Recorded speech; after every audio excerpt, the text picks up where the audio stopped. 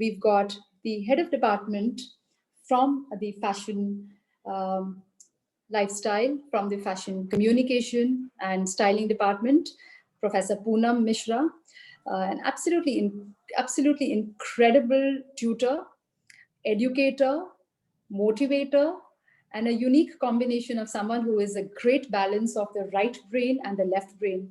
So she's got a great sense of business as much as she's got a great sense of creativity.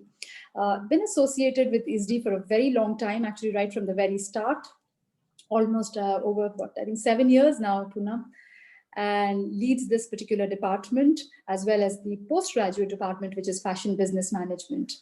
Poonam has also been associated in the past with organizations like Zara, Debenhams, Disney, and of course as an educator in various other schools currently at ISDI. She is also joined today by 4 of her brilliant students who will present to you the body of their work and the kind of work they do in the fashion styling and communication department.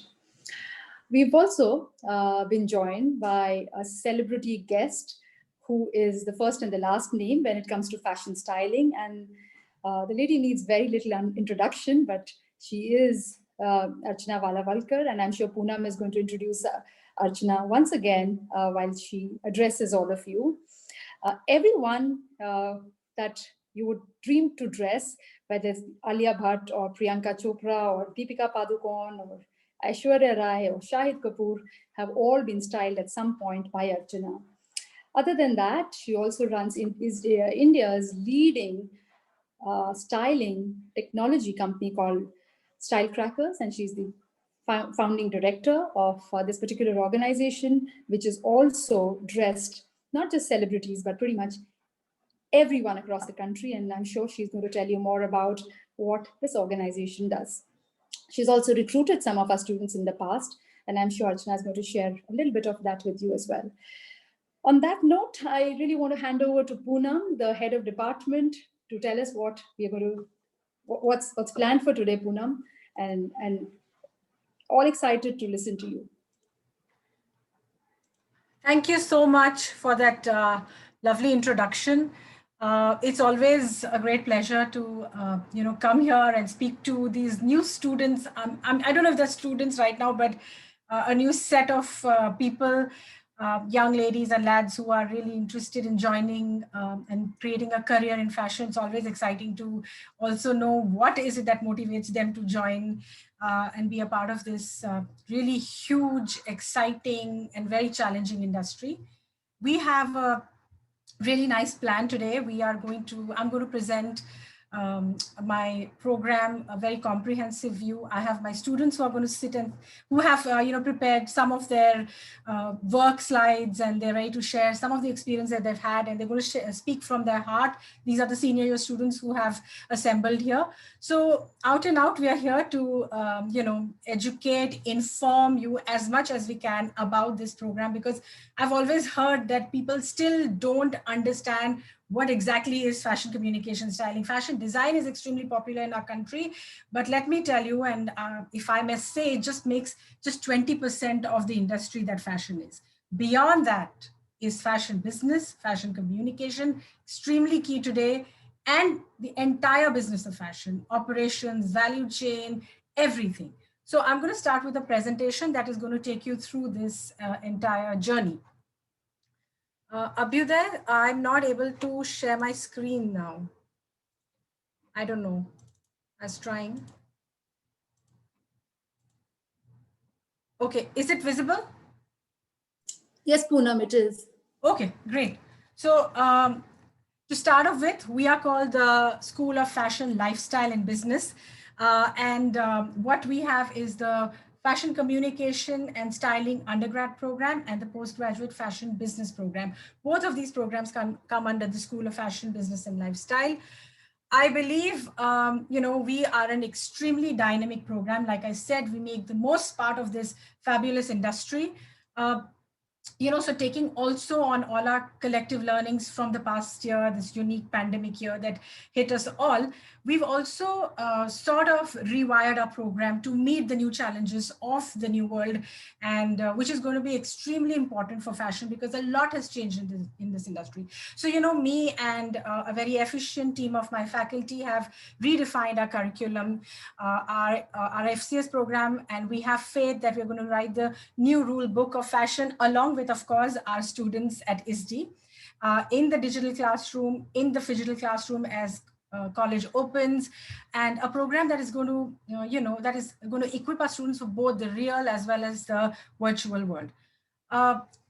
So I think this is, like I've said, it's a fabulous, major, amazing, and a groundbreaking program. And who makes it such is obviously the students who enroll in this program. All right, that's absolutely something that we have no issues about.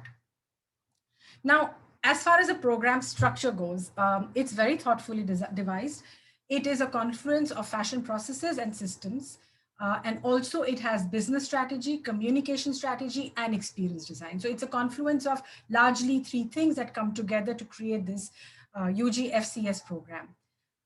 If you look at my slide, these are the larger areas that the program takes care of. Mostly in the systems, you'll understand culture, styling, a little bit of business models, how they're changing, tech intervention, communication and experience design takes care of the core design strategy, which is very important, digital escalation, fashion writing and communication, journalism, activism, lifestyle experience, new media, because it's no more traditional and digital. We've gone way ahead, and hopefully it's changing. I mean, actually it's going to change majorly. The business strategy is very important because after all, everything is a business. And here it's about new markets, it's about fashion luxury, it's about fashion marketing, it's about the whole lifestyle that is inspired by fashion, and definitely how to create great brands. So that is what the whole structure in a nutshell for the program is. Uh, we have a great, amazing blend of faculty teaching the students in FCS. They are a blend of academicians and also industry professionals, because a program like FCS, I believe, has a very strong requirement to incorporate real world experiences, because without that, this learning is of no use. It kind of is very dated, and fashion is hyper changing. So even if it's slow, it is still very hyper. So you need people who have very strong work roles and come back and teach the same to our students. So it's very, it's a great blend of industry and academics. I'm also now what I'm going to do is I'm going to share the quick synopsis that I've prepared to just so that you get a good overview of what the program entails. And I'm going to start with Fashion Styling 1, because that is what you have signed up and come in for. Fashion Styling 1 starts with your sophomore year, which is your first year in the specialization. It also very carefully runs along other two courses, which is History of Fashion and Fashion Photography. Courses are very beautifully interconnected so that you take skills and use skills from different other courses and blend them together to create great outcomes. Now, when I say Fashion Styling 1, it's about, developing your thought, understanding fashion from the cultural lens, applying it in styling, applying it in imagery, and then, of course, the ability to communicate through this fashion imagery. And of course, be ready for whether it's print, it's interpretation in other media. And of course, this also creates many trends. In fact, stylists are the new trend setters. They are the new visionaries. So I think a lot of it depends on how you put and how you understand your fundamentals in the sophomore year. So moving on, like I said, history of fashion is a subject that helps you understand human behavior through socio-cultural lenses and context, but also it's a study of human existence across time and key movements, key style movements within a given time frame. And then you develop a very critical, analytical understanding to be able to then apply to your projects. This again is then supported by fashion photography. Fashion photography is largely, imagery, fashion imagery. The first important aspect that hits you. And, everybody's well acquainted by the power of fashion imagery. And I think that is one of the reasons most of us also get acquainted with fashion. So it is about, it's about connecting your skills and applying these skills in many other courses. And also it's professional, because you not only learn about photography, you actually go out and practice photography in the studios. So that's about the combination of history of fashion, fashion styling, and fashion photography that takes care of a lot of things where you learn to appreciate skills, culture, politics, economy, technical know-how, and many other things to develop into a very strong professional. I am then going to go to fashion styling 2, which is taken in the senior year, of course, but I'm mentioning it here because this is the advanced level of fashion. It's very conceptual. It is very experimental. You are a grown-up, mature student, and hence a lot is expected out of you. So the understanding of your visual style, understanding of society, and of course, then application to create this very conceptual, novel, outcome. And that is about fashion styling 2. The next is, of course, analyzing trends. Analyzing trends also is something like trends and forecast. So we also look at many factors that influence fashion. And of course, this course then demonstrates the trajectory of fashion through a method called trend analysis.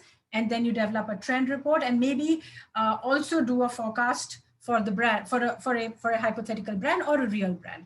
So this is about the second bit where you study styling and trends, analyze them, and look at forecast them for many needs of fashion. I have a student of mine who would like to share a little bit of her experience in her sophomore year. She's an absolute fresh sophomore. We just finished one semester with her, and I'd like her to hear you. Please let me know if you can hear her. Is the sound clear? Can you hear her? No, not really, Poonam. I'll play it again. No, the sound is not coming. Okay, just a second. Give me 2 minutes. Just give me a minute.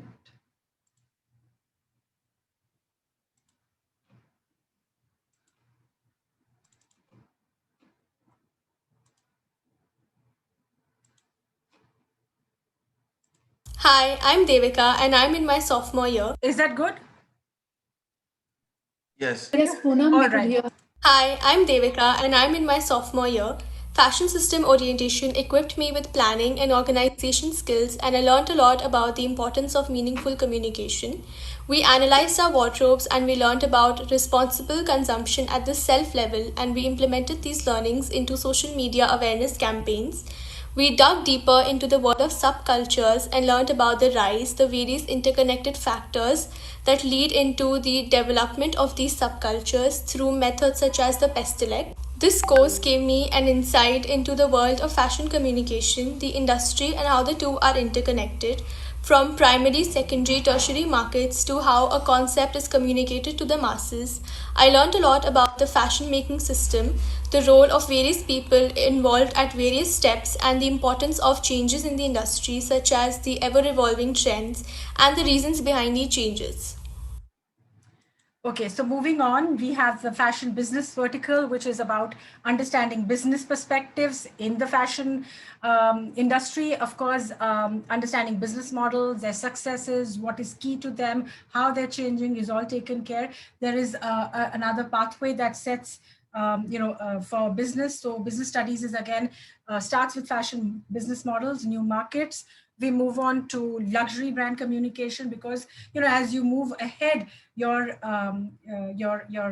canvas also becomes bigger, and that's when you start understanding luxury, which is a very niche segment of fashion. Luxury is about communicating legacy. Also, it's about new luxury, local luxury, the change of luxury, and of course, understanding and applying brand communication and brand strategy.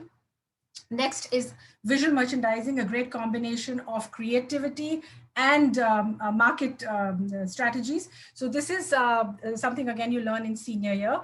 Visual merchandising is changing post-COVID. What does experience design, physical space, how should it communicate? People are very wary to go to, people want to go for, they don't want to go for in real experience. They're very much fixated to go for e-commerce. But, how do you design new experiences in spite of a challenge is what we have redefined the visual merchandising program. The next course I'm going to talk to you about is visual communication, absolutely key for any communicator, be it, or actually for any designer. Visual communication is almost synonymous with fashion. So, if you talk fashion, it's visual communication. Basically, it's about digital transformation, psychological perceptions, semiotics of fashion, brand design, identity. Again, it has many levels within this course itself. So you learn about these different things. Fashion writing is also a part of communication. Fashion writing also has multiple pathways. You start with basics of writing, and then you move on to writing for business, moving on to developing narratives, which is extremely important because storytelling creates great trust in a brand. And then how do you take that forward, create great emotional connects, and then that is what is key to a success of a fashion brand. So again, you'll have levels in fashion writing. Of course, the learning pedagogy is very, very dynamic at ISDI. We are very, very clear. How do we communicate these things with you? Definitely, we are in the digital classroom phase right now, but we've never compromised on the kind of learning that our students should be, experiencing. We've always kept learning interactive, inquiry-based, reflective, integrative, and collaborative. You must have learned the way we integrate many subjects, the way students have to critically analyze every outcome. Reviews, critiques are based on questioning and students always begin with research. So that's investigation, strong investigation. Also, the experiential studio, so the combination of the physical and the digital is again very exciting. Students learn through many projects that they do in studios and workshops and labs. I also said collaborative studio. This is very important. Collaborative studio is one of their touch points with industry. This is a live project that students do. These are some of the brands that we have been. This is the current in the digital classrooms that we worked with just the past semester, whether it's and you can see many really great upcoming brands and labels in fashion. So there is one brand that these students worked with. It's called Teatro Dora. It comes from Jaipur. It's also a great time for our students to interact with industry. And also I think it's a time to kind of grow up and come on their own. So this is very independent. We are always there, but collaborative studio is also an independent studio where they not only get connected to people they want to work with, they carry on a live project throughout a semester.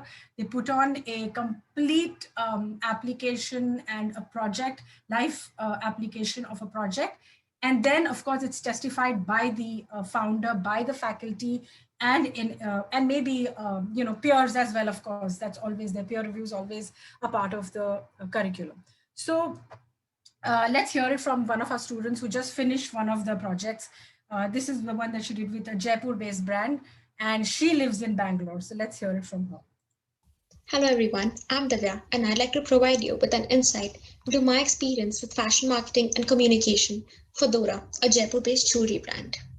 Team project from the start, our group contacted and worked closely with Avriti Jain, Dora's young founder.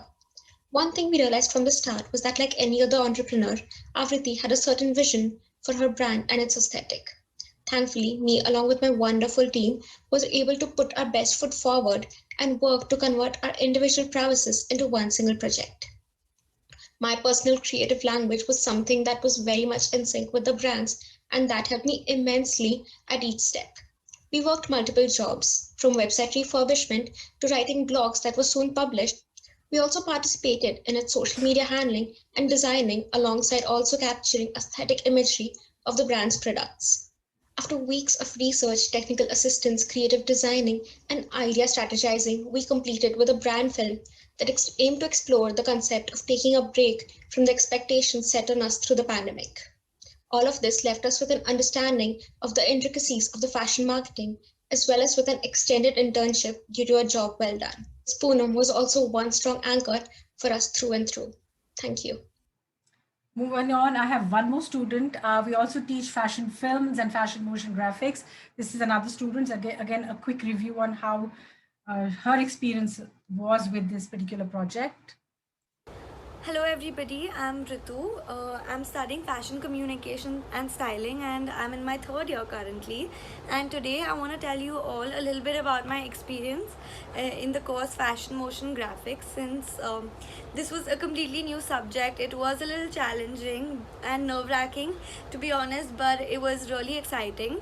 Our project was actually a brand collaboration and my teammates and we worked with a brand called Studio One. It's an indoor-based jewelry brand that creates contemporary as well as handcrafted jewelry. For them, what we had to do is we had to create a film that would depict their brand identity in a better manner and yet keeping the brand's aesthetic in mind. It took us a while to actually come up with the right concept for the brand, but once we did, our faculty really helped us in pushing through the entire process. This was the first time that we were actually directing it, styling as well as modeling for the entire project, and it was a little hectic and challenging, but I think we pushed through. We took help from one of our friends to shoot it in the right manner so that it would look extremely professional, and the rest of the work was done by us. But later when we showed the video to the client, she really liked it as well, and even though it was in COVID times, I think we pushed through, and all in all, it was a great experience. Thank you.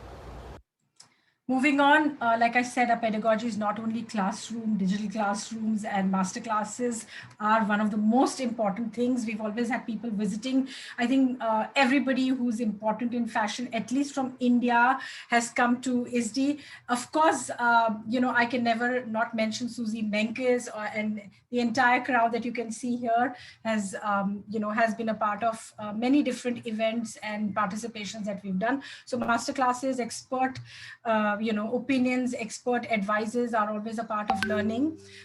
This is another one that we did with House of Misu. They had come here. We'd done a very nice live interview with them with students' questions, and we'd had a very good time. They were very excited to be a part of this engagement. We've also learned through summits and talks that happen periodically in ISTI. This is a summit that we've done on New Dimension in Fashions with Noita Karla, who was the editor of Harper's Bazaar. And of course, she is Preeti Suktankar, who's the founder of the label Life.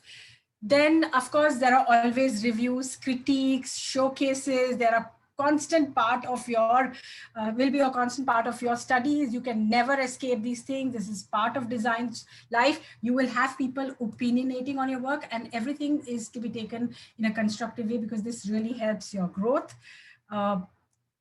Parsons review, annual reviews are very important for our students because they come in, they review our student work, and this is some of the, this is bits and pieces of the Parsons faculty who's our counterpart and also leads the fashion program in New York.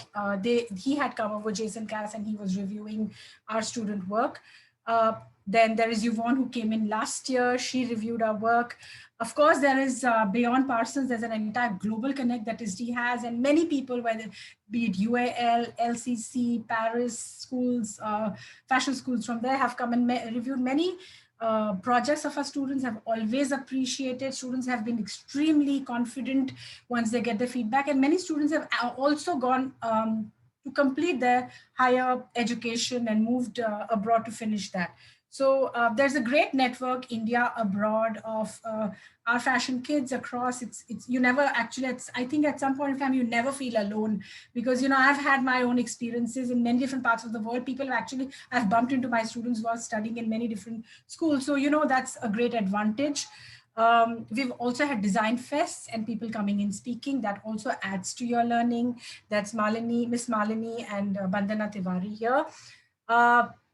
Live editorial shoots, taking classroom activities and having experts demonstrate this in a live demonstration is another way of learning. Many field trips, visits to luxury stores, high street, fashion walks, museums, back end of the city where fashion is created, And of course, offices, so industry experience, industry engagements, we've been very, very proactive about it. Whether it is, this one was a field trip that they went to Vogue office, and they had actually attend a press conference along with them, because Vogue was preparing for something, and the students were a part of this entire program. Then, of course, this was one of the visits that we'd done at Hermes. They had specially curated this for our students, an exhibition, but they had, Hermes always every year comes with an exhibition, and they keep a slot for ISDI students to come and visit. That was another part of the fashion luxury trail, attending Luxury Fashion Week, doing more studio work, working with professional photographers, models, and of course, our very own events, which I'm not too sure if you're accustomed, but the Front Row Project, Runway to Racks, and Style It Up. It's always taken care of by the fashion and communication students, because we're not only the people who have conceptualized these events, but we are also the people who actually make it happen. So every student has to go through these activities, and events are great learning. They're absolute practical learning. Besides this, many other, and I've just put them quickly because that is the only time that we just have that much time to take you through. But many visits, whether it's Christian Louboutin, Sabyasachi store, Lakme Fashion Week, and we have the students who will also tell you about their experiences when they have visited and interned with them. This has also continued throughout the digital classroom, and we've always still invited people to review our student work and give them constructive feedback. Industry interface is super important. Like I said, we're very proactive, but not only it's one way, it's also two way. Our students have also gone intern and created great amount of content for many leading magazines, be it Vogue, Elle, Verve, Femina, Hello, Good Homes, Grazia. It's constant. There's just recently one of our students also contributed to Grazia. So this is a constant churn that keeps happening. It's a give and take both. So that's another edge that you have in the program. There are many career opportunities that you have with a program like Fashion Communication and Styling, because it is multidimensional, it is diverse. So here are a few that you can, whether you're self-employed, entrepreneurial, or wanting to work in corporate for fashion, you can work in business of fashion, you can work in communication, design of fashion, and of course, fashion processes. So these are different pathways that are open to you. Our students, now coming to the most important and the most exciting bit of this talk is student journey. In this program, I've always promoted the fact that you can go out, take an internship, and also balance your academics, provided you can balance it. Otherwise, it's not that, ma'am, I'm not attending class and I'm doing this. At certain times, that's fine, but we've always encouraged people to do internships while they're learning. So this is one of my alumna, Diva. She's right now heading the brand strategy at Dayani Jewelers. But if you look at her 3 years, she's worked in Verve as a fashion stylist. She's worked with El Sol as social media intern, and she's also interned with Miss Malini. These are just a few. There are many things that she did while she was learning with us in school. Most of our last year's alumni, the Batch of Fashion 2021, is all placed, but maybe next time we'll let you know a little more about it. Currently, I'm going to call a really dynamic student of mine. Her name is Yashvi Arora. She's absolutely a fun, extempore, why do I say dynamic? Is because she's full of energy. She has great ideas. If you look at her, journey, she's had many things that she's done, which look very exciting. She's always been somebody who's always been in the forefront and done, and somebody who really actually defines what an ideal fashion communication student should be. She's going to come here and tell you a little bit about her experience. She's had the opportunity to work at Paris Fashion Week backstage, work with Manish Arora, work with Style Lumia, an AI-based firm, Vidya Tikari, who's a makeup artist, and me, Groomify, where she was a model manager. Yashvi, I hope you're here. Yes, ma'am. Welcome, Yashvi, and I'm going to now, give it to you to talk to, the audience about your experience.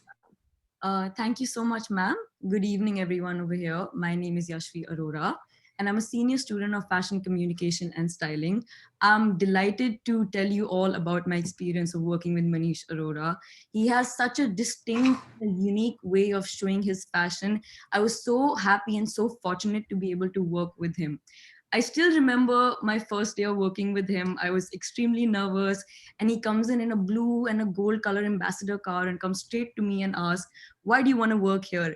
His presence was so big in the room that I actually started blabbering. I don't know what I said, and that was his first impression of me. Fingers crossed, like after that, obviously, I tried harder to make it better.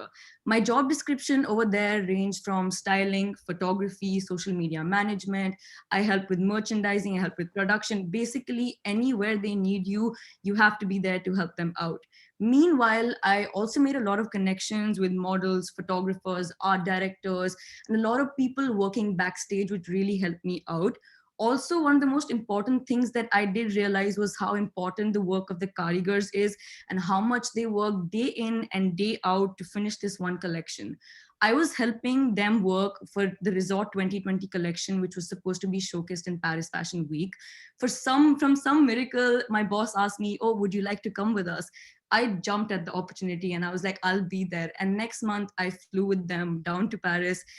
Before the show, it was complete chaos. It doesn't matter if you're a manager, if you're a student, an intern, a department head, everybody had to get work together, and everyone's fixing something with glues, safety pins, just to get it done. The show went so successfully and it was so beautiful to watch. I was able to be present there backstage, help them with makeup, styling, as well as I saw the Vogue shoot that happens that gets updated on their website every year. Post the show, we took all the garments, went back to the studio where I learned a little bit about visual merchandising and how a product needs to be placed in a particular way and why something needs to be shown in front or behind. The most important reason for setting up that studio was buyer meetings, which is one of the most important things in fashion business, where I met this vast amount of clientele, people from the Middle East, people from North Korea, people from Tokyo, people from everywhere, and how each of them had such a distinct way of choosing what kind of clothing they wanted for their own brand.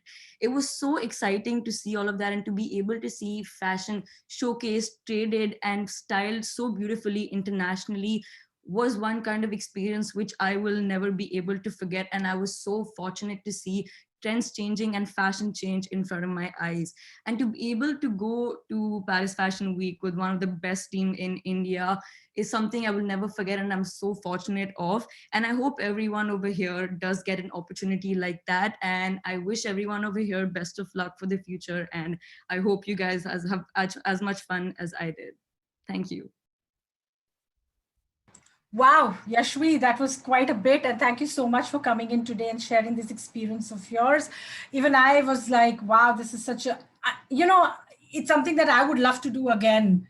Yeah, it's so exciting, right? I would do it all over again. Absolutely. And let's see, hopefully we will, right? Yes.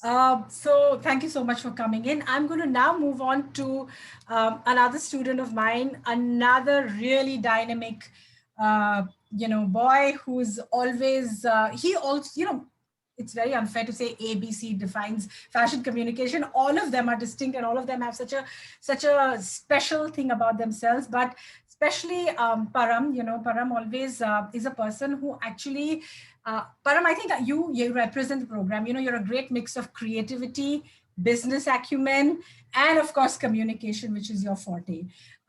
So I think, why don't you come over and tell us a little bit about your experience? Of course, if you look at Param's student journey graph, he's had so many experiences, and he's also had multi-dimensional roles that he's played, whether it's 6 Degrees, Calvin Klein, Tommy Hilfiger. He's worked with as a design analyst, also at an art gallery, Bombay Shirt Company, social media marketing, brand strategist that he was actually involved with. He's also currently working with a company called Style Nook. So Param, over to you. Most welcome, and let's hear it from you. Thank you so much for the introduction, Poonam ma'am. So hello, I'm Param Suru. I'm a final year student from Fashion Communication and Styling. And today I'll be talking about one of the very first internships that I did in sophomore year. I was recruited by a multi-designer agency called 6 Degree, which works to promote private labels and designers in India. I was hired as a part of the content creation and media team. And a lot of the work in the beginning of the internship included setting up the groundwork for what was to come. And what was to come was Lakme Fashion Week, as they were one of the sponsors for the Fashion Week. And a lot of our clients, which were designers, were showing at the Fashion Week. So a lot of the work included ideation of shoot plans for lookbooks, then sourcing for props, scouting models, then editing these lookbooks. And what I realized was that the foundation and the work that goes in before the days of the show are actually crucial and usually more busy than the days of the actual show. And this is only coming from the experience of being in the content team. Like as you heard Yashvi speak about how her experience was different, it was because her role was also different. Then during Fashion Week, my job was to attend the shows and the private viewings and to make sure that I capture the essence of the shows and that it can be then reported on the social media of the company. So on the day of the actual show where art designers had to present their collections, I had to actually set their set of models ready and then curate it with the stylist and to make sure that the final touches are all perfect on the outfit. My job on that day was to manage the showstoppers and capture the backstage and pre-show content actually. So after the show ends, we had to immediately rush the celebs and the media to the media room where the post event press conference would take place. And I would say that would be the most chaotic bit of Fashion Week is the fact that in India we have a very showstopper led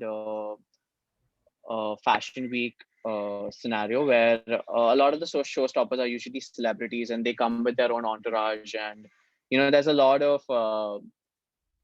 hype that is created along with it, which you also have to face the brunt of being working for that company. Then you can go ahead.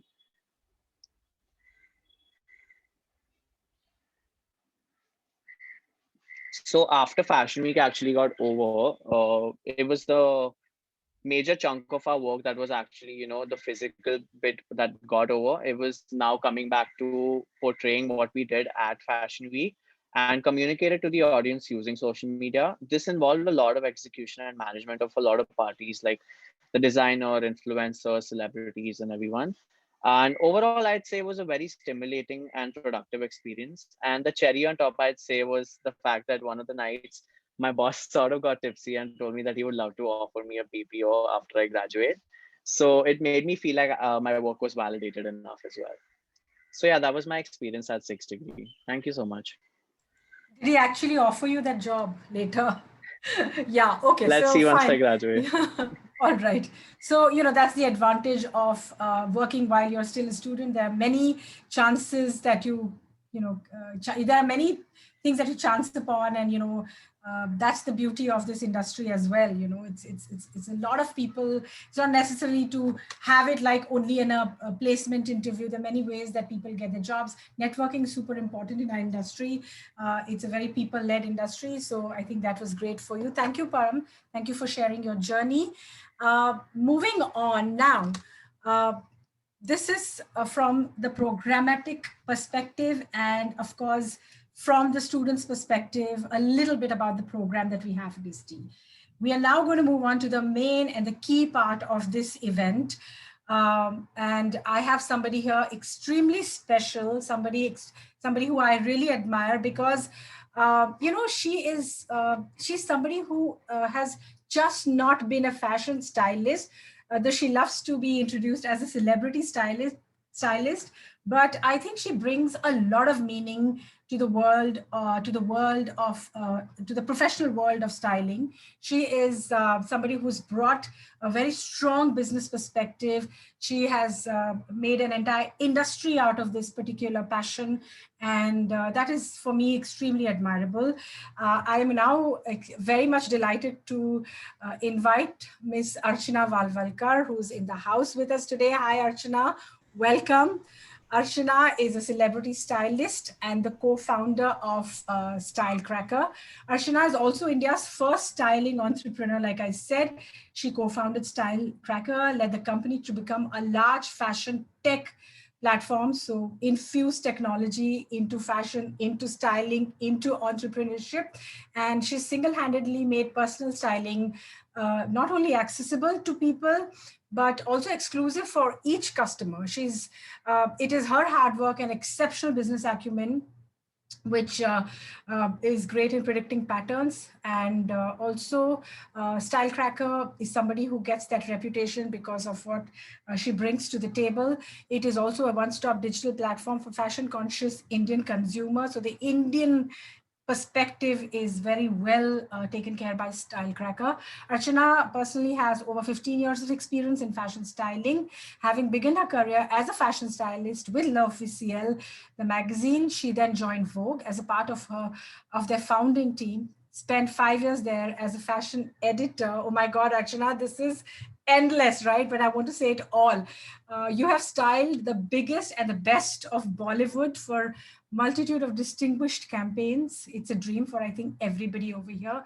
Editorials, appearances. She's worked with celebrities from Ranbir Kapoor, Alia Bhatt, Deepika Padukone, I get goosebumps, Priyanka Chopra, Varun Dhawan, Aishwarya Rai, Shahid Kapoor, to name a few. Her vision is to make the fashion styling affordable in India and resonate with the fashion industry. And Alia is on the board of Style Cracker as a shareholder.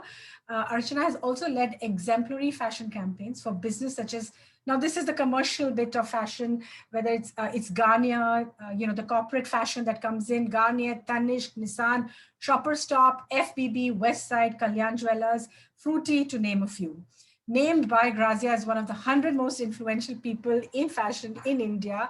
Great time to strike a great conversation with her, probably to ask all the questions if that's allowed.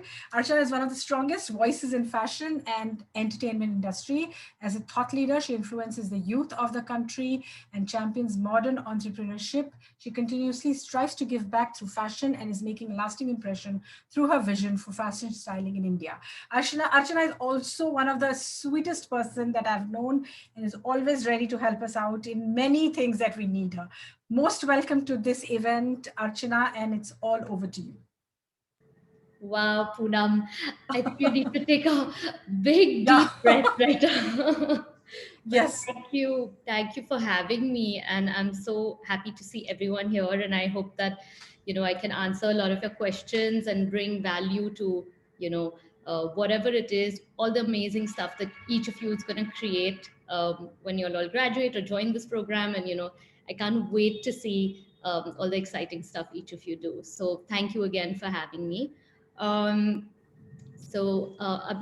yeah, thank you for the presentation. All right, so it says, tell us something about you. As Poonam mentioned, actually, she's pretty much covered everything I wanted to tell you all about my journey. But I've been, working in the fashion industry for about 15 odd years now. And it's been quite a comprehensive and epic journey, if I may say so myself, because there've been lots of highs, lots of lows, but most importantly, it's taught me something that I think I'm gonna cherish for the rest of my life. And I guess I'm a fashion entrepreneur and a celebrity stylist, and I've worked in everything from editorial to doing ad campaigns and commercial work, working on costume design for films, for Bollywood films. Of course, editorial is something really close to my heart because I started with that, and also red carpet appearances and stuff for celebrities and live stage performances for some of them, because that's a whole other league and whole other skill set of styling. And a little bit about myself, I'd say I think I'm pretty quiet. I'm more of a listener, and I express myself through my work. And the one thing I've learned in life is to always follow your gut, follow your instincts, because that tiny voice in your head knows exactly what it's saying. You just have to have the courage to follow yourself. Yeah, that's a little bit about me. And what's your next question? How did you, oh, sorry, this is covered, but how did your journey start, I guess, is what you're asking. Okay. I started with editorial styling after I got a degree in fashion design at SNDT in Juhu. And after that, at that point, obviously had zero contacts in the fashion industry. I was super, super naive and really, really new. I was all of probably, I don't even know, really young. Let's not reveal my age. But this was about 2 decades ago. And I had zero connects, as I mentioned, in the industry. So I had to start afresh. All I did was literally buy a magazine, look at the masthead, contact HR, write to them, follow up every single day, show them that I'm really, really interested in this. All I want is to get, get an in with the fashion director, and I just want to chat. I think I can bring a lot of value to your company, and hire me, because I think I'd be amazing at the job, and you'll see, I'll prove myself. So I was so fresh, I was so innocent, and all I wanted to do was work. And of course, it's been a long time since, and I've never taken a break until, of course, the pandemic, which, you know what, honestly, in hindsight, for me, hasn't been so bad to kind of also take this break and this breather to recuperate, rejuvenate, and, come up with fresh new ideas. So L'Officiel was the first magazine I interned at. And at that point, Condé Nast hadn't even come to India. And then Vogue decided to launch. And of course, it was beyond a dream. I don't think I'd even dreamed of it at that point. And I was offered to come on board. They had a really intensive interviewing process, and I got through, and that was sort of my start as a fashion stylist at Vogue. And then, of course, I grew in rank, and I worked there for about 5 years as the fashion editor. And that was really, really a very special time in my life, because I think that really it made me the person I am today. Of course, having access to the fashion industry, attending fashion weeks across Bombay, Delhi, Milan, Paris, just getting connected with this entire world of fashion internationally as well as locally, getting to work with some of the most incredible talent across our country, like, photographers like Prabodh Dasgupta and Bharat Sikka, as well as internationally. I got to work with Patrick Dimashelli. I got to shoot with Giselle Bundchen and Gemma Ward. And it was just really, really something very special. But at the same time, what I want to mention here is that, people tend to look at just the glamorous side of things. But honestly, it was 5% glamour and 95% of hard work. I remember, for instance, there was this one underwater shoot that we were doing. And luckily, I'm someone who's very comfortable in the water. And we literally went to the Lakshadweep on a wooden boat in the middle of the ocean, in the middle of nowhere, and jumped right in and, just started shooting in the deep sea. And we would be pedaling and swimming for 8 hours a day, quickly taking breaks, doing hair and makeup touch-ups, and then jumping back, well, not hair, but makeup touch-ups, and then jumping back into the water. So what I'm trying to get at is, it is a lot of physical manual labor. Being on shoots is not easy, as some of you may have experienced it and some of you are yet to experience. But it takes a certain kind of resilience and grit, to do this job. And as I said, it's not just something pretty and vain, but I have a great amount of respect for every single stylist out there, because I know the pain and I know everything that they've been through and how hard they've worked to sort of, be here.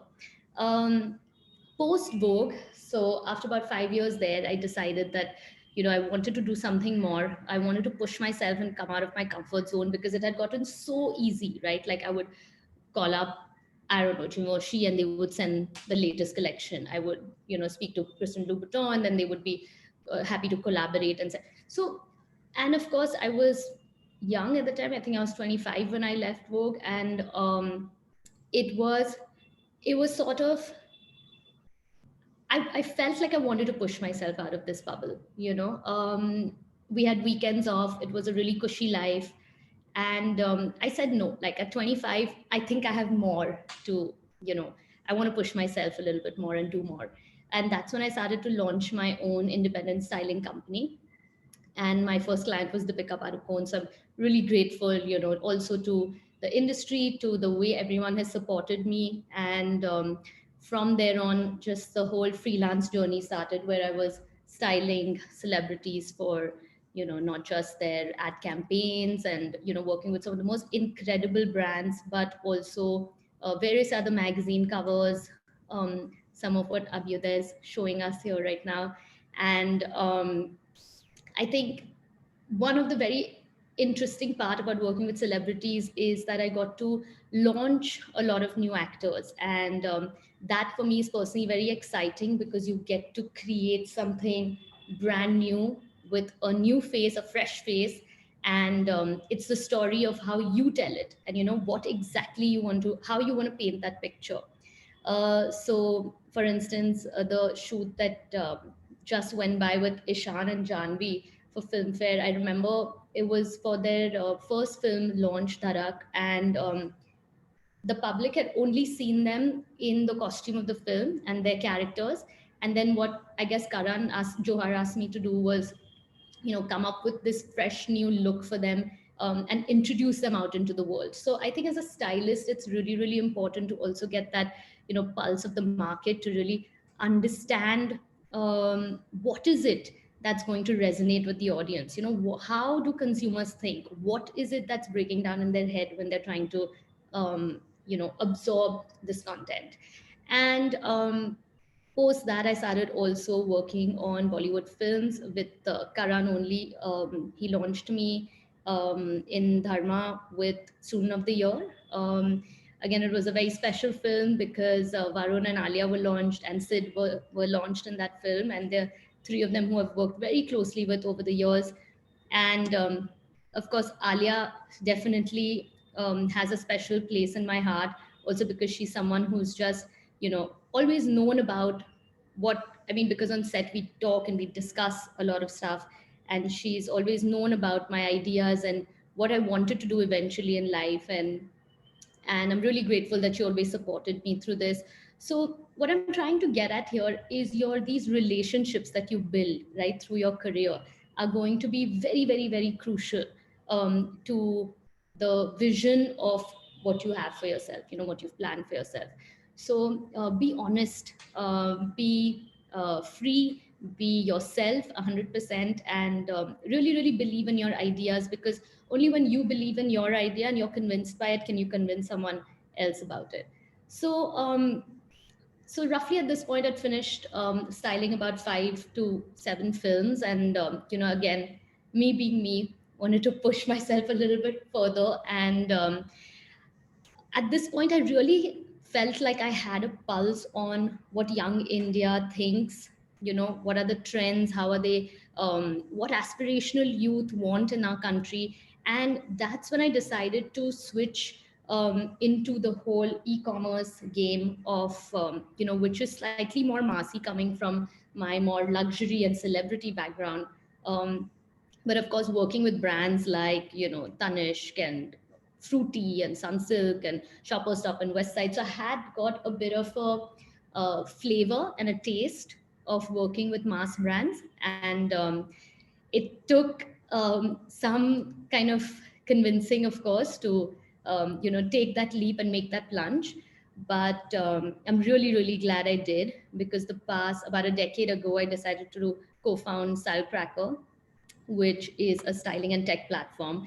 And the idea behind it is, like, how did I come up with this idea, or what made me even do that, was that it started off as basically frustrated friends and family coming to me saying, I want to shop. I don't know what looks good on me. Where do I find it?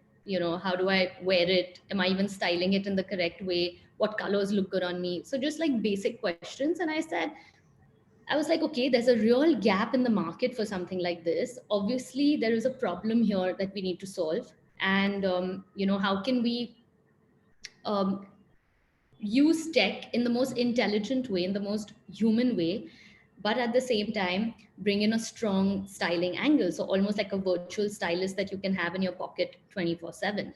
So that was sort of the idea in my head at that time. And of course, Stylecracker over the years evolved into, a mothership of its own.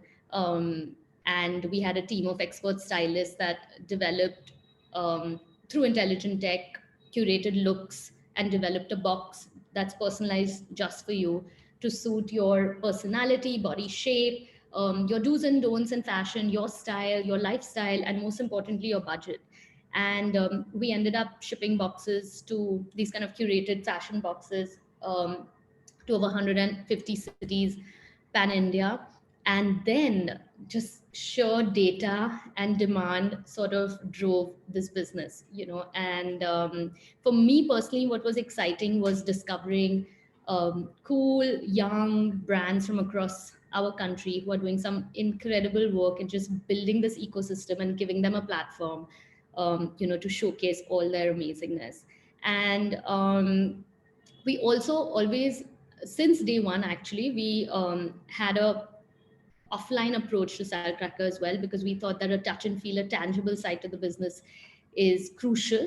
And that's when we launched something called the Salcracker Burrow and the night market, so the event side of things. Now, what that did was, from a marketing perspective, it gave visibility and eyeballs, right? And at the same time, we earned some cash, which was great for the business, because then it helped put all of that money back into the business to expand. And then we grew it from Bombay, Delhi, Pune, Ahmedabad, the offline side of it. And so I guess the first thing you all should be asking yourselves, if any of you all are even thinking of considering entrepreneurship and starting your own business, is that, is there a problem? Is there a gap? Is there a problem that you can solve? And is there a gap in the market? So I think that's a great place to start. And then, of course, create a business plan, structure your company. Tech today is, you can't avoid it. And especially, I think what this pandemic has done is pushed us all virtually, and everything has seamlessly sort of moved online. And I think, again, that's a huge, huge opportunity, instead of just looking at it, the negatives of what's happened over the last year. So I guess, if you all have any questions, or Abida, if you want to play the video at this point, you can go ahead. But then I just have a few more things I want to, talk about, like just my learnings and lessons, but I can do that after this video.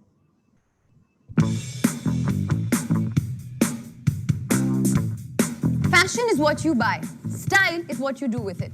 When I started out, I struggled a bit. What color, what style, what accessory, I had no clue. And trust me, I needed help.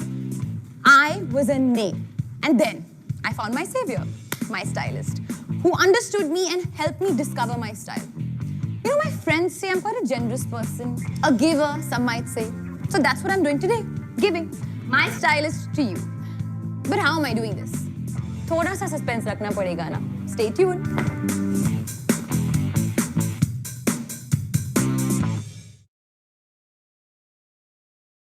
So this was one of the first announcements we'd made with Alia, again, about 8 or 9 years ago. And what was cool was we shot this at the Salcracker office, actually. And she was completely on board. She was the one who ideated, and she was the one who directed everything and said, this is the way, let's do it like this. Let's keep it a little more candid.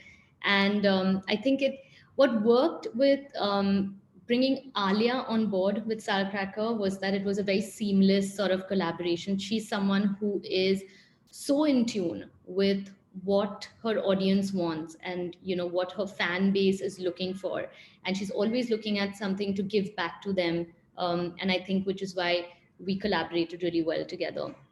So some of the common mistakes, I'd say, that people end up making when they're starting off, whether it is a new job or a new business venture or anything new, is that we tend to overthink and we overanalyze and we over-engineer. And what happens in that process is that we start to doubt ourselves. So the one thing I would say is, if you have an idea, first of all, pen down every single idea you ever have, because I believe that it helps you manifest it.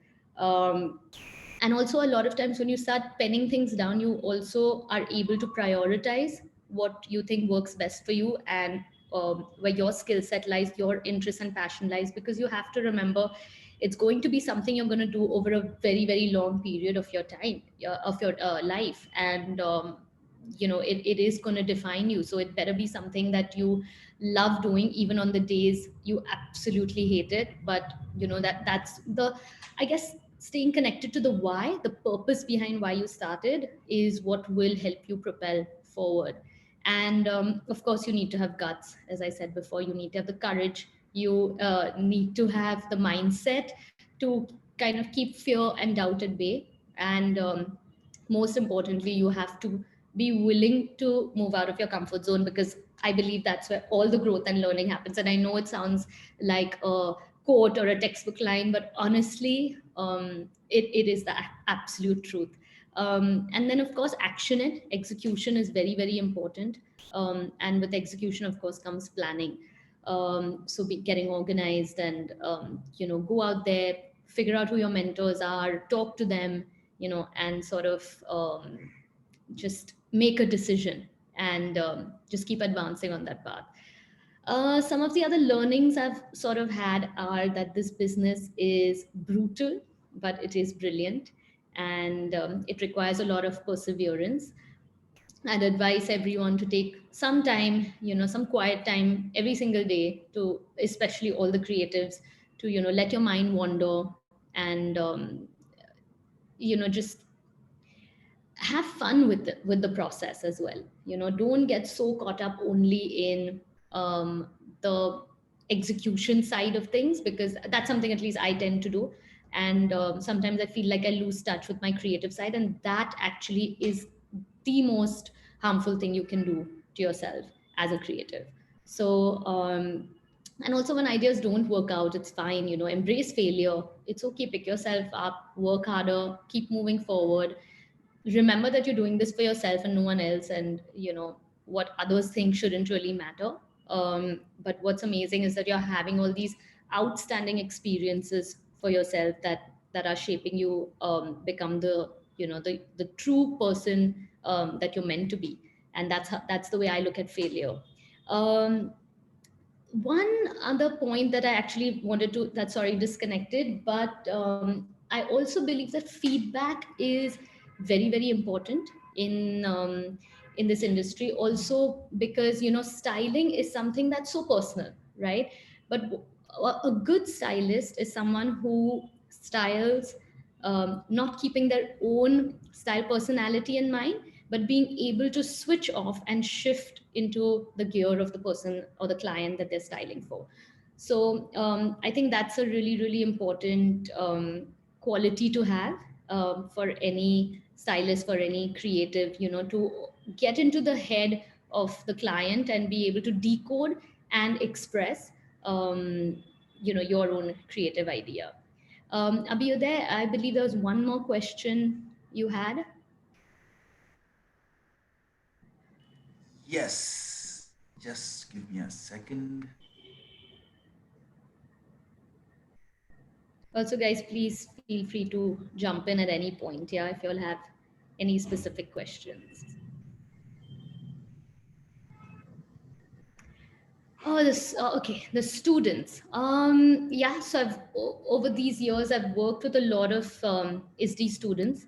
And before I thank anyone, I want to thank the faculty here, because it just goes to show what a comprehensive course it is that you guys have here for every student. Because when they come to us, they are already sort of fully equipped. There's not that much we need to train them in. And what's nice is we can literally just get the ball rolling and put them on the job. And I have to say, in my personal opinion, with ISDI and another college, the students have been really, really enthusiastic. They've been very eager to learn. They come with great, fresh ideas. And that's honestly what we're looking for, right? We're not looking at someone to just come and follow A, B, C pattern. We're looking at clutter breakers. We're looking at disruptive ideas. And I think ISDI students have that. They're ready to sort of get their hands dirty and, just get to work. I also think something that's really overrated is common sense. It's a great skill set to have. And we all have it. And I think, especially as interns, that's something we look forward to, that someone who takes responsibility, someone who sort of takes the reins into their own hands and has a certain level of decision-making power in them. But of course, at the same time, they follow protocols, they follow the SOPs of the company. And, whether it's putting everything on email and being organized, or whether it's literally just following up and updating. I think follow-ups and updates are so crucial when you are a team player and you're reporting to, whoever your team head or manager is. And as I mentioned before, for me, honesty and integrity are two qualities I always look for. It's the vibe, it's the energy, because these are people you're going to spend a lot of time with, a lot of human hours with, probably more than you ever spend even with your family and friends.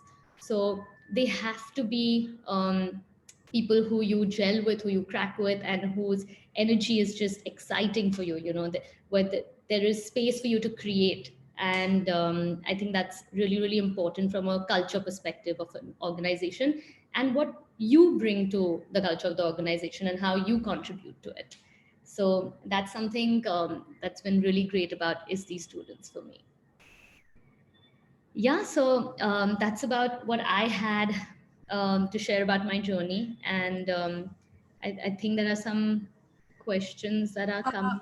Yeah, so Archana, let me jump in right now. First and foremost, thank you so much. Thank you for so generously telling us about the many different facets of fashion styling, fashion business, and of course, other tips that are important for life itself. Very few speakers look and give such holistic, I wouldn't say advice, but real world tips.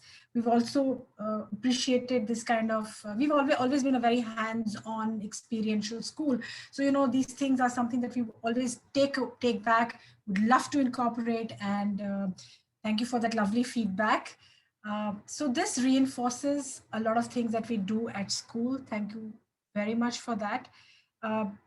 There are a few questions, in fact, quite a few questions that the students have for you. So can I request you to stay back for a little bit of time? And then, we will take those.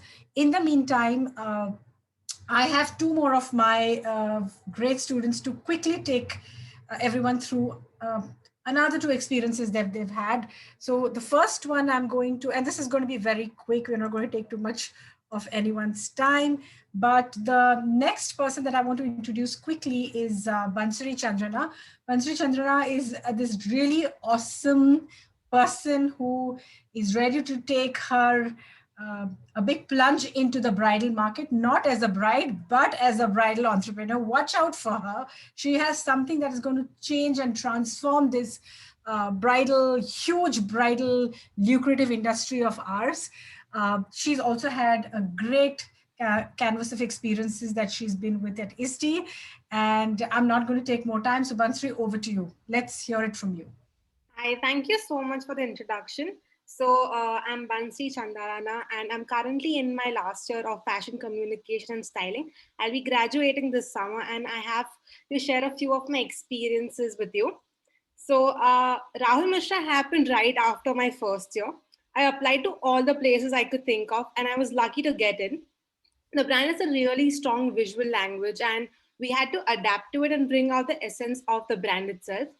So my co-intern and I were the only ones interning for PR and communications for the brand. And we were solely responsible of translating the brand's vision into the social media campaigns. So we would go to the Karkhana every day and shoot the karigars and their entire process of embroidery. I was also exposed to celebrity sourcing then, which helped me in my latter internships. So I currently intern at Vanda Fashion Agency. Ma'am, you can go to the next slide. Yeah. So the agency started 3 years back and is already doing wonders. So I'm in charge of blogger collaborations, and the USP of the agency is that we have international brands and designers for sourcing, which isn't that readily available in India. So it is exciting yet nerve-wracking because there's a lot of hard work that goes into getting the right garment for the right person, like Archana rightfully said. So it feels great to be a mediator when big celebrities wear the brand's outfits. Ma'am, you can go to yeah. So I must say I was really lucky to go to London Fashion Week right at the right time because COVID had just started to spring up. So it was a great experience to be a part of because my friend and I, we got to be a part of this international world, which was outside India. And we got to meet a lot of people from the fashion fraternity, designers, photographers, stylists, models. So the event taught me the importance of teamwork because he was supposed to, like three people were supposed to just one model so that they could come out on the ramp at the right time. And without each other, the task would have been incomplete. So Rocky Star was one of the Indian designers there, and now coincidentally, I work for the PR agency which works with him, and I think everything falls right in the right place at the right time. So I would just say thank you, Poonam ma'am, and good luck to all of you, and hopefully this program is what you need. Thanks, Bansari. Thank you for that quick update on your experiences with the many different projects that you've done. Thank you for coming in. And now, of course, the finale. And like you say, save the best for the last. I'm going to give it over to Tanishq. You can look at the amount of work. Oh my God, Tanishq, you're the only guy who's worked with ICICI Bank. What does a person from fashion do with ICICI? But Tanishq, there's one thing about him. Look at him, the way there is personally, I think what Tanishq brings to fashion imagery is great, fabulous. I think he's an artist who's doing fashion. And I think he has this strong, impeccable darkness, mystery that is there in every project of his. That is something that I've always looked forward to whenever Tanishq has to present something or when he's working on something. Tanishq, over to you. Thank you so much, Poonam. It's an honor to be here, honestly. Hey, you guys. I'm Tanishq Kaujla. I'm in the senior year fashion communication styling program. And as a person, I really love telling stories and I keep exploring different ways of expressing myself, fashion being one of the many aspects. And speaking of fashion, I didn't really plan on getting into it in the first place. I mean, all this while I was always used to think that I'm going to get into product design. But eventually, in the end, I just signed up for the FCS course without any prior knowledge or experience whatsoever. I remember in the first few days of the course, this internship opportunity came up at LFW. And at the time, I didn't even know what LFW stood for. I mean, can you believe that? And I signed up for it anyway, like, but not, I mean, I didn't really put my hopes up high because, well, I didn't know what it was. But like, little to my notice, I mean, I did get selected for it. And among the a lot of people who applied for it, I got it. I didn't really think I was deserving, but still, I was excited for it. On the first day of LFW, I had to report to the event crew room where I was told that I had to edit videos for IGTV for the Lakme Fashion Week official page. And editing didn't really take much of my time. Most of my time was spent, just exploring the entire venue because I had this all access pass. So which meant I could like literally go anywhere, like any show which I wanted. And like I had a couple of friends who sort of introduced me to a lot of fashion brands, designers, influencers, celebrities, which got me like talking to them and sort of entirely broadened my perspective towards the entire industry as such. And it helped me gather like a lot of taste and like form opinions based on fashion. So but then once you like sort of work around the entire thing, you sort of get to know a lot of things which go behind the entire glamour that everyone must like might perceive in the start. And to some it might be like a letdown, but to some it might be like an eye opener. And I think it's hard work. Like I mean, I used to attend all the fashion shows, and before the fashion show even started, like they used to set up the entire venue. And you think they have everything together, like they have their shit together, but they're all over the place. But it's really hard work, like what goes on into making a single runway show. And on that note, I'll move on to the time where I had an assignment of fashion styling, and my initial idea, which I was like like it was like my baby, so I stuck to it till the end. But then once I pitched it to my faculty, they sort of rejected on the last day of the entire shoot, and I had to prepped for everything. and all my ideas, all my preparation went down the drain on that second itself, and which left me in a state of a limbo. And I mean, I had like a breakdown. I was like sort of roaming around the college campus, just thinking. I remember spending time in the fashion lab, and I'm like, let's just not stress it. I just went to my friend's place, and we had like a long conversation. And in the process, I sort of got to know her, and her sort of original story sort of helped me get inspiration for the next idea. And I try to make it concrete on that day itself. Like, I decided the look, I decided what story it's going to be like. And the next day, it was the day of the shoot. I had to miss one of my classes because I didn't really have the time to shoot. The submission was the next day. And I remember I spent half a day sort of, arranging for the studio. But then the studio had this policy that if you have to rent out the studio, you have to like tell them 3 days in advance. I'm like, I literally came up with an idea right now. I mean, I that's just not possible. So I mean, instead of stressing a lot, like even the model who was like supposed to be the one, she had to go places. So I'm like, I was stuck time bound, and I don't know if I cried that time, but I'm like, let's just not waste more time. So I told the model to just go get your makeup done and get into the outfit. So till the time she came out, I went to the stationery and I got a lot of things together. I remember getting this huge long roll of paper, and I just hunted classrooms which were already lit because I didn't even have the lights. So I went to this fifth floor sunlit area, and I set up like a DIY studio. And the entire shoot had to be done within 15 to 20 minutes because the college was also shutting down for the day. And I didn't really have the time to set up my entire camera, so I had to shoot it from the phone. But after all that hard work and chaos, my faculty actually really loved how it came out to be.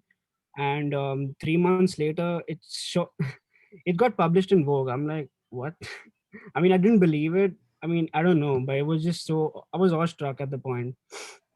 So what I'm trying to say is like, a lot of things that you plan might not go in like the way you think it will, but you should think on the feet. I was this close to giving up, but then I'm like, I need to make this happen, and didn't really think much about the outcome. I sort of enjoyed the process, and like I enjoyed it. The process, I mean, the outcome sort of came up eventually, so I'm glad that worked out. So yeah, that's what I have to say.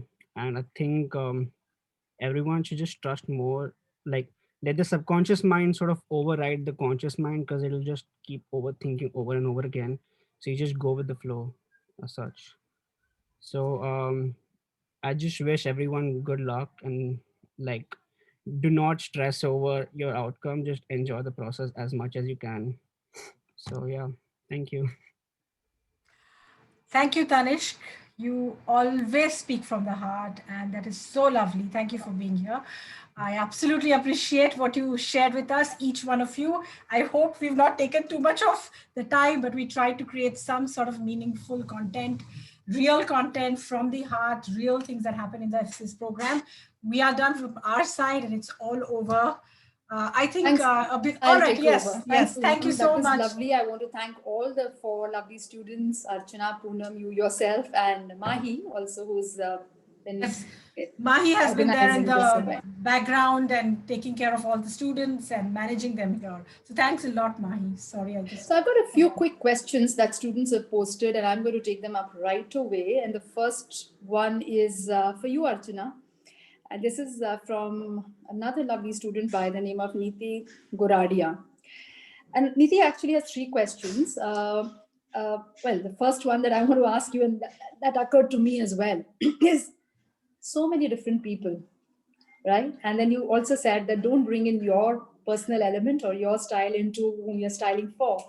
How do you switch off and switch on? And how do you read people? And how do you read what is their personality? And how do you really go around designing for so many different people? That's a great question. I'm going to answer it slightly differently. A lot of times, students, interns, assistants always ask me, why do we need to do anything else besides styling? Why can't we just focus on that aspect of work?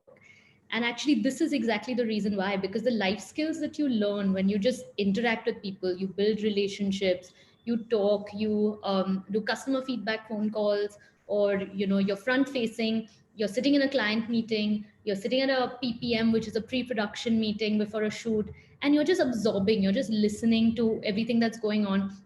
That's where at least my training started, of just reading people. And which is why earlier, when there was a question that was asked, like, can you share something about yourself, and I said I am quiet and I'm more of a listener. Instead of constantly feeling the need to speak about what I think, and having a strong voice, I don't get threatened by that. I don't get but again, this is personal.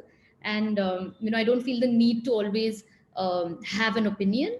But sometimes I think it's nice to just observe, soak it all in, take it all in, because that is where your self training. And as Tanish beautifully said, it is about bringing your subconscious mind and training that part of your mind to constantly understand. And once it becomes a habit, then you're reading people, you're understanding the fabric of who they are, you're understanding, what are they talking about, what are the references they're making to, how do they dress, and then of course the second half is your questions, the why, the what, the when, asking them certain questions, understanding and getting into their psyche. Because what you need to understand is that every person is unique, is different, has their own story to tell, and they are trusting you to help them tell that story for them. So it is very, very crucial that you curb yourself from saying, okay, but this is what I would do it if I were in your place, and rather than trying to just, instead of projecting yourself, trying to understand the other person, and it takes a shift of mind, and it takes training, and just get started on it. Don't don't overthink it. Just the more you do it, the better you'll get at it. Archana, would you give us an example of how is it that you observe someone sitting out there and you read them, and what is it that you pick up, and how would you translate that into a design, a statement? So a lot of this I also did. An actual example would be at Fashion Week. So when we're sitting, especially with Vogue, we would be sitting for 8-10 hours a day watching back-to-back shows. For some people it may seem like it's very glamorous, but when you're doing it for 5 non-stop days, day in and day out, it can be really, really taxing on your mind. But all you're doing, every time a model crosses you who's wearing a particular garment, you're breaking it down into trends. That's where all your training, everything that your faculty is possibly like training you for, the actual world out there comes into play. Within a fraction of, I don't know, 10-15 seconds that you see a model cross, you have to break it down. What is this fabric, what is this technique, what's the surface texture, and then that's how you start training your mind. And then when you take it into real life, as you mentioned, can you tell me a real life example? There have been, for instance, my style, I would say, is very, very minimal, but I've had clients who are over the top, or who want to be bold, and they love color, and it's something that I don't like. But at the same time, as a professional, because I have the skill set for it, I should be able to deliver to any sort of a client, and that's when you start picking on, which is why I said your process is very, very important. The questions you ask, the observations you make. I always carry, still take a notepad to every single meeting. I have my diary, and I'm always constantly like noting things down, because as a creative, my mind is working already. I'm thinking and visualizing of what I'm going to put this person into, but at the same time, I don't want to miss out on the detailing, so I'm constantly making notes, of this is what I observed, this angle looks better on them. And that of course comes from the styling and the editorial and the storytelling background as well, where you're looking at someone through a lens, and here I'm looking at them through a lens of a stylist. Got that. Thank you, Archana. I've got another question from yet another student, and I'm actually going to ask you this question. And I'm also going to request Poonam to add and give a different perspective.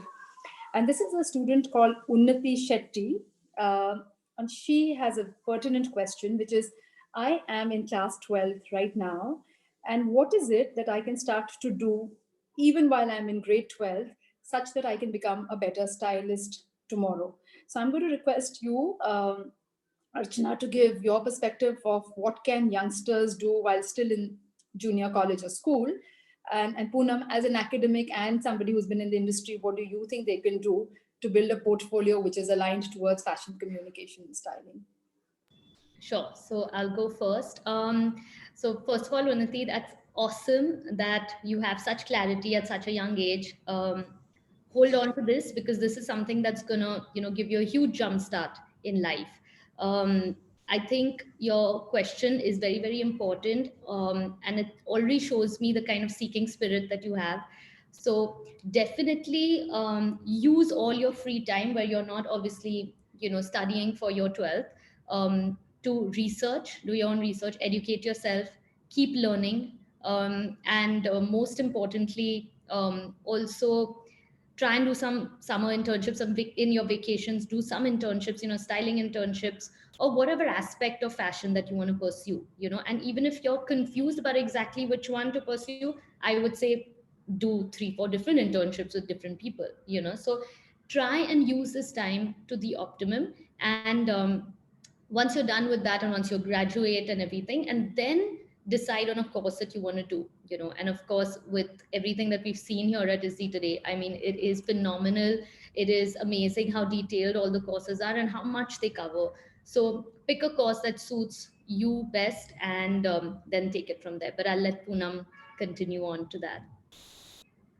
Thanks, Archana. Of course, I absolutely believe, and Hey, Poonam, just interrupting you. There's just another, I mean, if I can request you to add, and there's a related question which I think you should take, which is, how do we explore the field of styling? I mean, these are all exploratory work that they can do while, even before they come to the school, maybe. Right. So I think, Archan's already answered a very important aspect of, how do you really prepare yourself for something that you like. I have a slightly different point also to add, because I personally, because I deal with so many students every day, one thing I totally respect about people is to have very genuine curiosity for what you want to build your career or your passion around. If you're passionate, you say, and then you're not curious about it, I'm sorry, I don't think so anybody takes that, right? So if it's truly passionate, then you will obviously be very curious about it. The second is, you learn great things by watching. I think let's not underrate observation. Students come to us, of course, now we live in a very digitally agile world and everybody's watching, but I think take time from there and observe. I till date observe people. I till date sit and see what she's wearing. I may not wear it. It's not something that it's my style, but there's a great fun involved in seeing what people wear. What are their personalities behind? Why are they wearing it in this manner? Real world offers you such great examples of learning. And that's what you should do. People have stopped looking.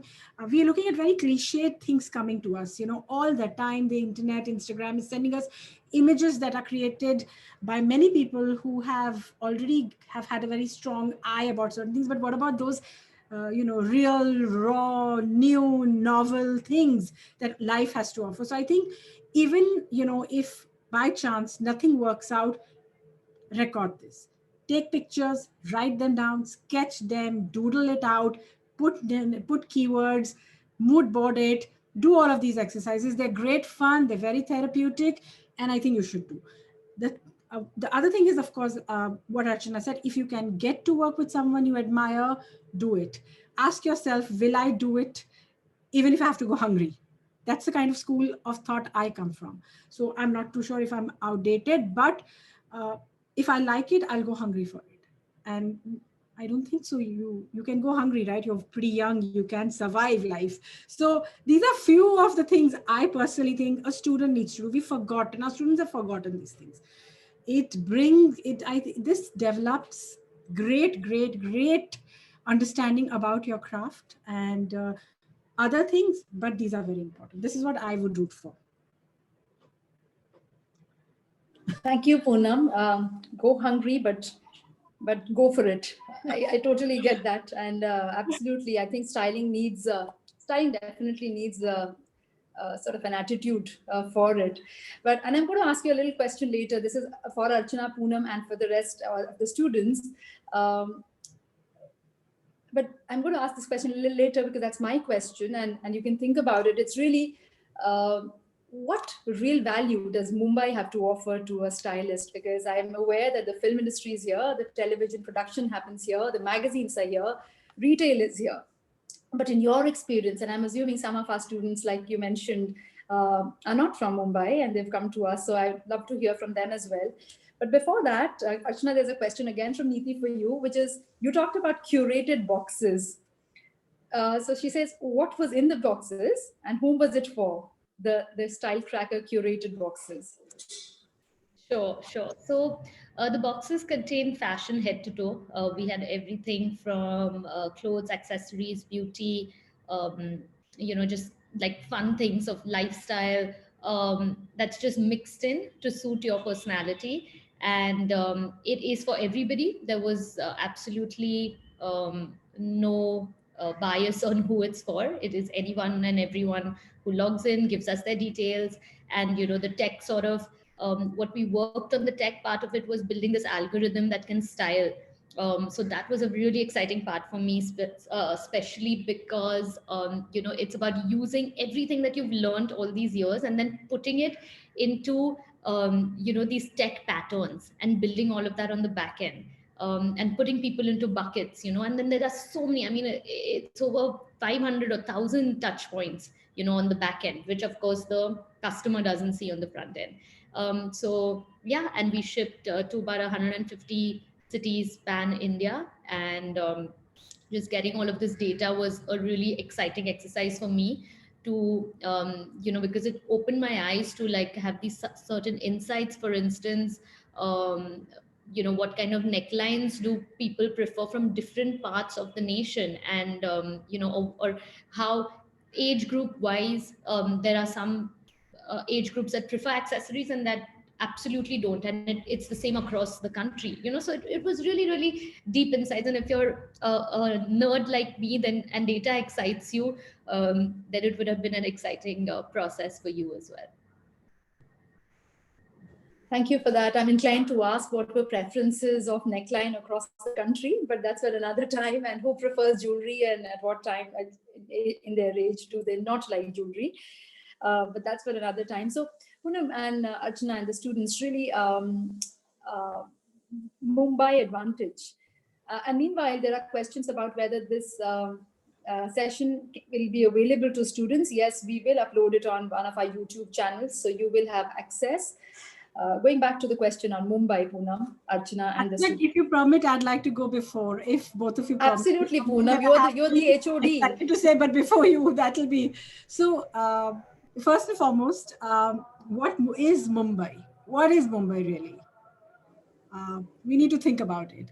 A lot of people say Mumbai is an emotion and all that, all those things and all that. So what is Mumbai? I think Mumbai is a land of opportunities, right?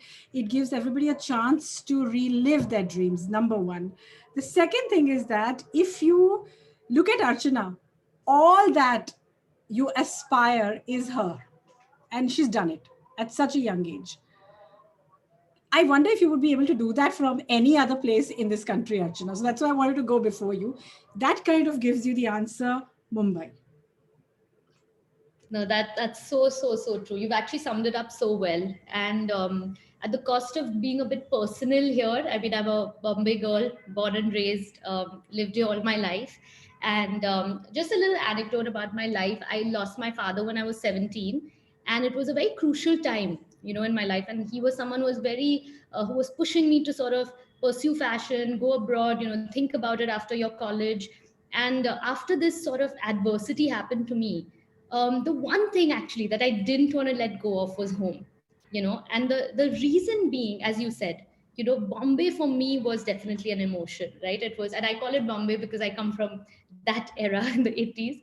But and you've actually said it so beautifully, Poonam, that it's all about the opportunities. I just think of it, and when I go out at night, sure, not during the pandemic, but pre-pandemic, just everything I absorb around me, everything I see around me is an inspiration. There was recently the Mumbai Gallery weekend that happened, the art fest, and that is something that's so exciting for me to soak in and learn from.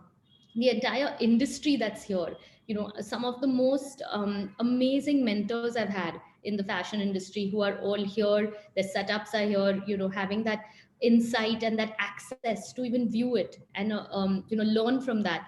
So it has been holistic. It has not just been about fashion and styling, and that's why my approach to everything in life is that there has to be passion, there has to be drive, there has to be a strong connect. And as you rightly said, Poonam, that Bombay for a lot of people is an emotion, and for me that is what it is. And it is the land to be free. I see the way people express themselves through their fashion here, and it brings me joy. Literally, like looking out of my window when I'm going from point A to point B. And that is the essence of Bombay. Just to have that freedom to be exactly who you are and to express yourself just the way you want. Yeah. Thanks, Poonam, and thanks, Archana. But the students like to give their insights as well. Feeling Bombay sick right now. I can make out from her face. Would you like to take this question? Currently, you're not in Bombay, so. So I come from Ahmedabad, which is completely different from what Bombay is. Bombay never sleeps, whereas Ahmedabad is pretty slow in its life. Okay, so if I have to describe Bombay, it's just beautiful chaos that I want to be a part of. Like you said that you need to go out of your comfort zone because that's where the magic happens. That Mumbai is the magic zone for me. So it's my way of stepping out of my comfort zone, which is my home as well, and trying to make the most out of it. So yeah. Okay, so Bombay for me, I have like a love and hate relationship with it, but I still call it Bombay because I love it in a way. um, I haven't really been much around in the country as much as Bombay, so every time I step out, it's always so boring, but it's yet peaceful. I like that, but I wouldn't be able to survive outside.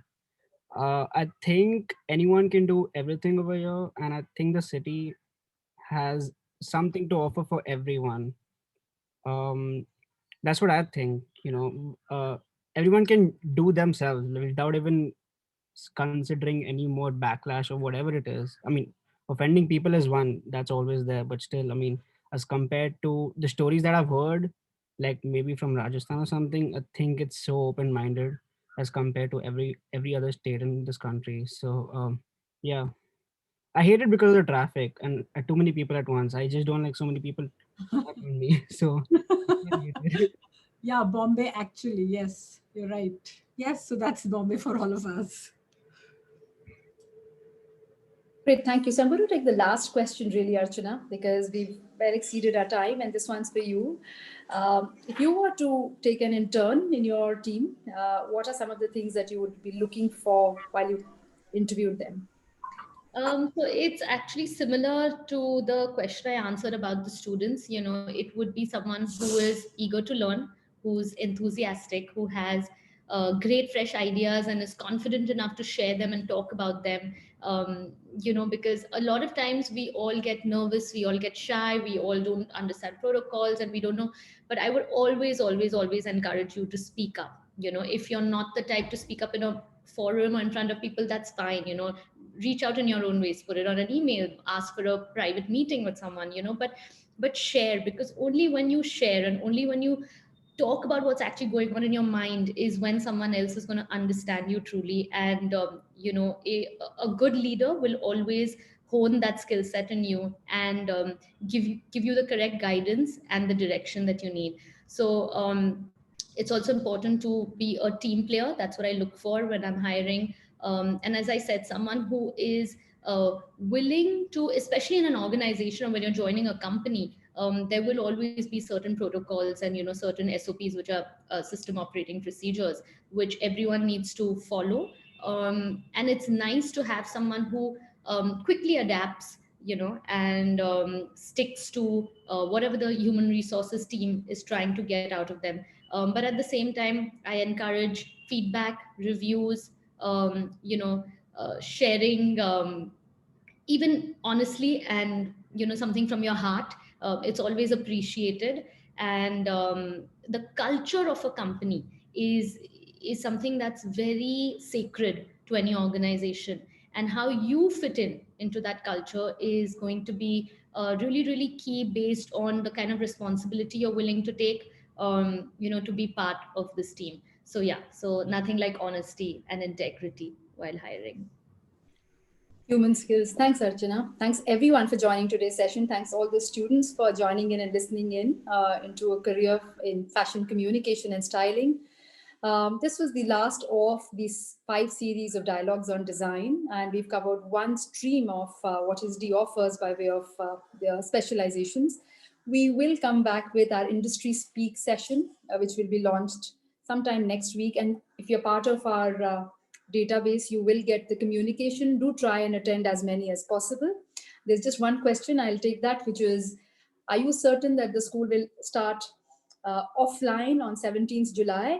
Yes, I promise you, so long as you come to Mumbai vaccinated, yes, we will start.